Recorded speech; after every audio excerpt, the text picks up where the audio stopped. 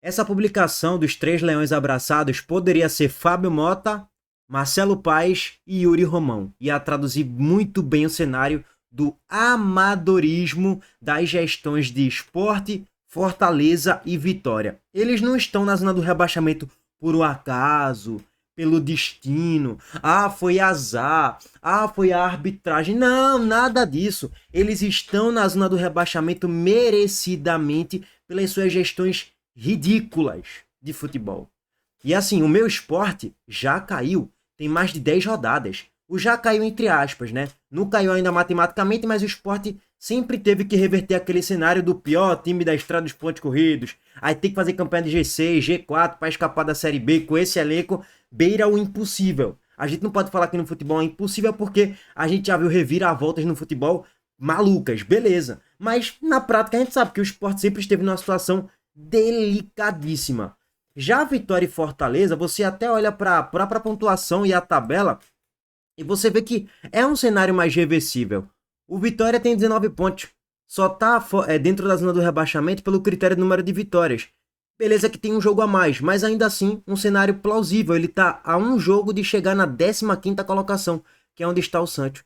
O Fortaleza é o vice-lanterna com 15 pontos em 20 jogos. Está numa situação bem mais delicada, difícil. O técnico é ridículo, o presidente faz um trabalho ridículo, o time é fraco, mas ainda assim, pô, tá a 4 pontos de sair da zona. Não é um cenário impossível. Dá para escapar. Vai ter que remar muito. Para mim vai cair também. Vitória, Fortaleza e Sport, eu acho que os três caem. Lógico que o Vitória é com chances um pouco maiores porque tem mais pontos, né? Beleza.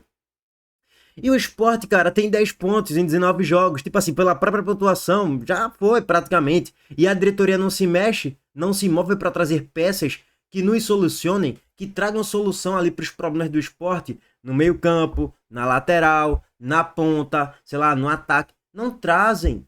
Então, paciência, meu amigo. É só aguardar a confirmação do rebaixamento, infelizmente. Lógico que a gente é torcedor, a gente vai assistir os jogos ainda, porque restam 18 rodadas para o esporte. É quase que um turno inteiro. Você vai assistir os jogos para ver se o esporte consegue me dar uma reação à sequência, que comece agora contra o Vasco. Por que eu trouxe toda essa introdução? Meus amigos, é inacreditável. A publicação feita pelo perfil Vegetória, que mais conhecido como Vitória, sei lá, ele publicou que Rodrigo Chagas é o novo técnico do Vitória. Não se trata de interino, é efetivo. Ele vem acertando muito nas informações ultimamente sobre mercado da bola, contratações, dispensas, saídas, chegadas. O GE acabou de publicar uma matéria que o Rodrigo Chagas ele chega para ser um interino, né? Para comandar a equipe contra o Atlético Mineiro. E ele, o Rodrigo Chagas, vai ter carta branca no jogo contra o Galo no próximo final de semana. E aí ele até já disse em coletiva que vai utilizar garoto da base. Entre os 11 titulares, ele já adiantou que vai ter um garoto da base que vai ser utilizado, o lateral direito. E que não vai ter improvisações. Eu nem conheço, sendo bem sincero, o lateral direito da base do Vitória. Mas assim, vamos colocar aqui o cenário que de fato o Rodrigo Chagas vai ser o técnico efetivo do Vitória. E que essa informação se concretize. Meus amigos, é um escândalo o que está acontecendo no Vitória. Em tela aqui para vocês a ficha, o currículo de quem é Rodrigo Chagas. Trabalhou no Vitória no Sub-20, trabalhou no Vitória no Sub-17, beleza? Aí ele vai tentar pegar ali um pouco dos profissionais, né, dos clubes no futebol profissional. E ele treinou a Jacuipense, Juazeirense, Atlético da Lagoinhas, Jacuipense e Porto Vitória. Esses foram os clubes que o Rodrigo Chagas treinou.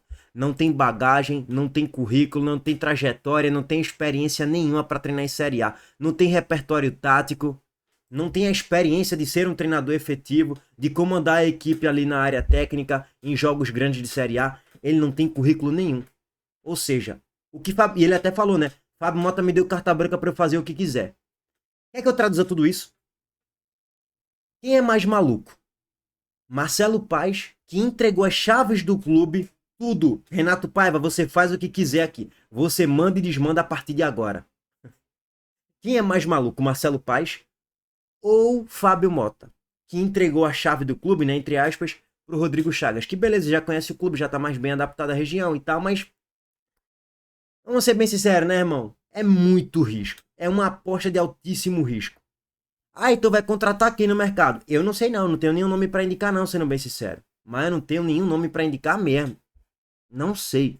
Mas eu não acredito que, de fato, ele vai ser o treinador efetivo do Vitória daqui para o final da Série A.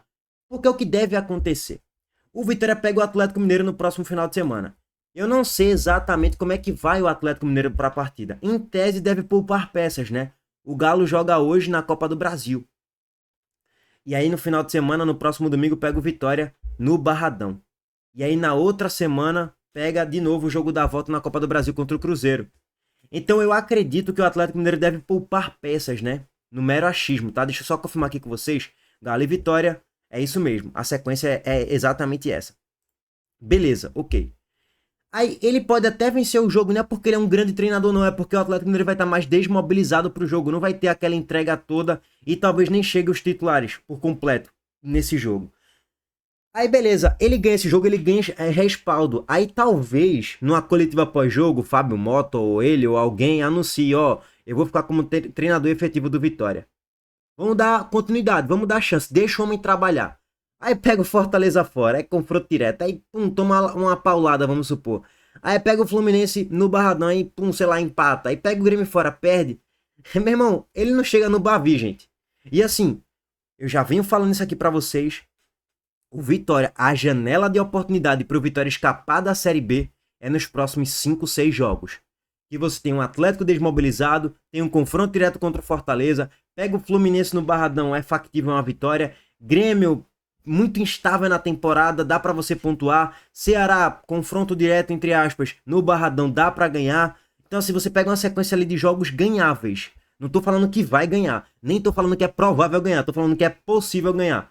Se você sabe, você pegar o Flamengo é trolha, né? Foi 8. Se pegar o São Paulo fora não vai ganhar, Palmeiras não vai ganhar, e por aí vai. A gente já sabe como é que funciona o circuito da Série A. Então, assim, o Vitória está entregando as chaves do clube nas mãos de um treinador sub-20 interino, no momento mais crucial para o Vitória permanecer na Série A. É esse o nível de amadorismo. Será que vai dar certo? Aguardar. Ele é interino, pode ser que ele consiga se encontrar como um treinador efetivo e fazer um grande trabalho, não sei, eu nunca acompanhei ele na minha vida. Então, é aguardar os jogos aí na Série A e talvez o Vitória se encontre, né? O problema é que com esse elenco também é difícil, né, irmão? O Vitória que tá trazendo aí de volta Camutanga e Dudu.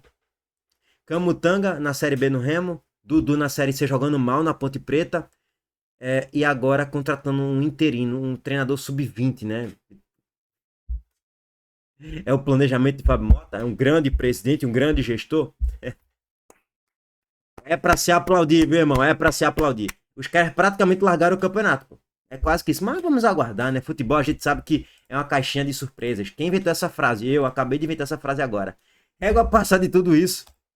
E sobre o esporte, óbvio, Yuri Romão entregou as chaves do clube do futebol para Guilherme Falcão. E a gente viu a catástrofe e o rombo que foi o esporte em 2025. E não só a questão de contratações de jogadores e saídas, mas a contratação de treinadores e manutenção. Time de demitir, time de contratar, permanência. Cara, bizarro, assim. É surreal. O amadorismo das 3 gestões é sobrenatural. Agora, passar de tudo isso, vamos agora passar para a pauta positiva, que Jean Lucas foi convocado para a seleção brasileira. Depois de 8 anos de jejum, de um clube do Nordeste não conseguir colocar ninguém na seleção brasileira, agora foi a vez de Jean Lucas com a camisa do Bahia chegar na amarelinha. A maior camisa do mundo de seleções, óbvio, e também englobando clubes, né? 5 títulos, né, irmão? Só o Vitória e o Brasil é peita, né? É sim, é sim. A Montenegro Cargas é a palavra-chave para transportar sua mercadoria em 2025. Há mais de 10 anos, a Montenegro Cargas vem transportando compromisso para todo o Brasil.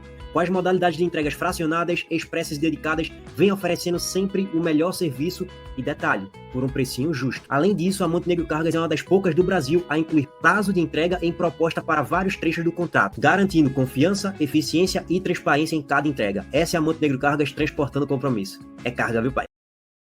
Vamos lá, rapaziada, então aqui para vocês a arte. Jean Lucas do Bahia é convocado por Carlo Ancelotti. Ele vai se integrar ao grupo que jogará contra o Chile e a Bolívia também. 2 amistosos tranquilos, né? Tá em crise? Chama o Chile.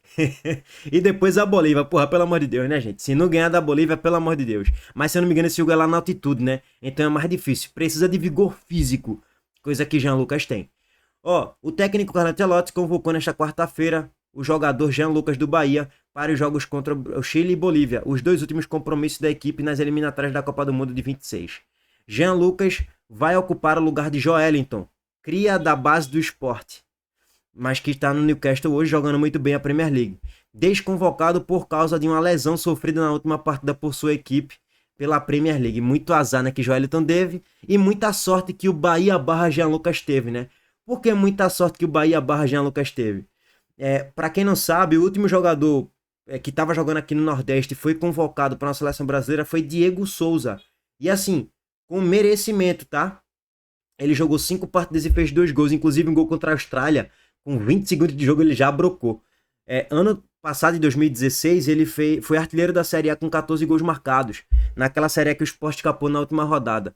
Se eu não me engano, foi com gol contra o Corinthians de André, ou foi um dos gols marcados por Diego Souza contra o Figueirense. Não vou lembrar se foi 16 ou 17, mas tanto faz também. Na Sul-Americana, Diego Souza estava jogando muito, gol de bicicleta, gol de voleio, enfim, reinando aqui no Sport, reinando no Nordeste, estava muito bem, convocação justíssima e merecida. Agora foi a vez de Jean Lucas, estava na pré-lista, né? Estava entre os pré-convocados, mas aí, pela lesão de Joelinton, ele acabou sendo convocado. Créditos aí pro site do Cássio Zirpoli, tá? Vou deixar o link aqui na descrição do vídeo. E aí, meus amigos, o contexto, né? O lateral esquerdo, além dele, né? O lateral esquerdo Alexandro do Flamengo também foi desconvocado por motivo de lesão. Neste caso, não será convocado um substituto. Deveria ser Juba, cara. É o que eu já falei aqui em várias lives e em vídeos, tá, gente? Não acho, nem Juba, tá? Que eu acho que Juba deveria, assim, pelas carências que o Brasil tem na posição, que é a lateral esquerda, e pelo que Juba vem jogando nos últimos 2 anos na lateral esquerda, e pode exercer mais de uma função, eu acho que Juba, se fosse no duelo, quem merece ser mais convocado? Juba ou Jean Lucas? Pra mim, Juba. O lateral esquerdo convocado foi Douglas Santos, do Zenit, pelo amor de Deus. O cara teve 3 assistências em 2025. Tá de sacanagem em 40 jogos. Juba teve isso, sei lá, no último mês. Tá de brincadeira com a minha cara. Juba pra mim merecia muito mais a convocação do que Douglas Santos. Não tem comparação. Acho que ele sim foi muito injustiçado a não ser convocado. Jean Lucas fez uma boa temporada. Ano passado, até certo ponto, ele fazia talvez uma temporada ainda mais significativa em gols. Se você for parar para analisar, ano passado, Jean Lucas ele marcou 8 gols e deu 6 assistências em 59 jogos. 14 participações em gols. Números relevantes, expressivos. Nessa temporada, Jean Lucas tem 6 gols e 1 assistência, 7 participações em gols. 2 gols apenas marcados na Série A. Então, ano passado, pelos números, ele estava sendo até mais relevante do que nessa temporada. Mas, enfim.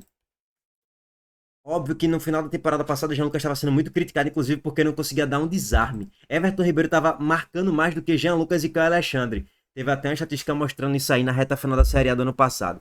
Muito criticado pela torcida do Bahia, inclusive, na reta final da Série A. De 2024, é evidente, né? Bom, gente, e aí como é que fica a convocação da seleção brasileira? O Brasil vai ter na meiuca Andrei Santos, Bruno Guimarães, Casemiro, aí Jean Lucas e Lucas Paquetá. Como o Brasil joga meio que num 4-3-3, 4-2-3-1, Jean Lucas deve ter um pouco de minutagem, né? Entrando no segundo tempo, creio eu. A titularidade deve ser com Casemiro e Andrei Santos, em tese. Lucas Paquetá sendo... ou Casemiro e Lucas Paquetá, né? Andrei sendo banco de Paquetá. Enfim, Andrei Santos é mais o segundo volante do que primeiro. E Jean Lucas também. Então, não sei se Jean Lucas vai ter muitos minutos não, mas pelo menos uns 30 minutos em cada um dos 2 jogos dá pra ter. Só que aí também não é fácil, né, irmão? Enfim, a concorrência na posição de volante do Brasil é muito pesada. A concorrência é esmagadora no setor do segundo volante. Vamos ver se Jean Lucas vai ter uma boa participação aí nesses 2 jogos aí contra a Bolívia e Chile também. E aí, complementando rapidamente, tá, gente?